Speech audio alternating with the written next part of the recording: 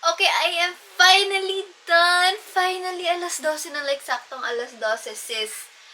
Yeah, so, I guess, parang mga magsi 6 hours akong nagpapak. Yeah, tanan! Wait lang. Ilan ba lahat ng parcels ko today?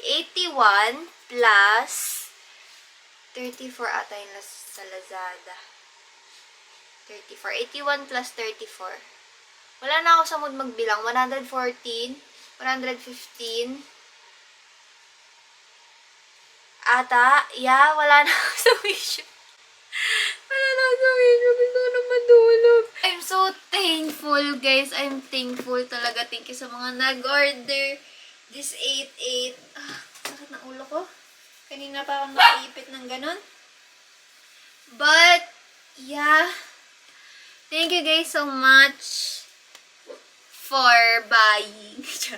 Actually, dapat wala tong talk. Yung pure ASMR lang. Kasi hindi ko kaya na hindi mo sasalita sa vlog.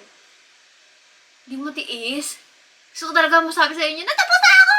So, this is everything. Ayan yung Lazada, 34 pieces. Shopee, and JNT, total of 81 parcels lahat. Itong gray pala na bag, pouch na ginagamit ko for Shopee, ayan yung dating pouch ng GoGo Express. If you can remember, before sila mag-color blue na pouch, gray na ganyan yung ginagamit nila. And since hindi na nagbibigay ng free pouches ang Shopee, ayun na muna yung ginamit ko kasi may mga natira pa ako ditong pouch niyan. So, inubos ko na muna sila. And then I asked din actually sa customer service if pwede itong mailer ko kasi maraming restrictions or madaming rules pagdating sa own packaging na sa Shopee. So, yeah, pwede naman daw tong mailer ko. Since, papel kasi siya di ba? So, baka hindi siya tanggapin. Yun lang naman yung iniisip ko, papel. But, yeah, meron naman siyang bubble wrap sa loob. So, okay lang naman daw yun.